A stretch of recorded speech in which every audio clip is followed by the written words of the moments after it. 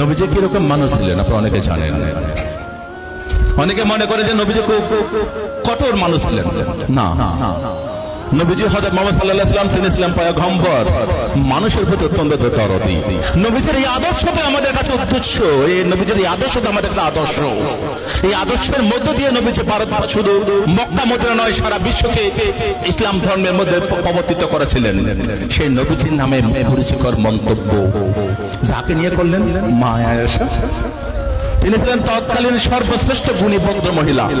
আপনারা অনেকে জানেন যে আমাদের নবীজির প্রায় 11 জন বিবি ছিল, তার মধ্যে সবচেয়ে কনিষ্ঠ ছিলেন আয়েশা মা।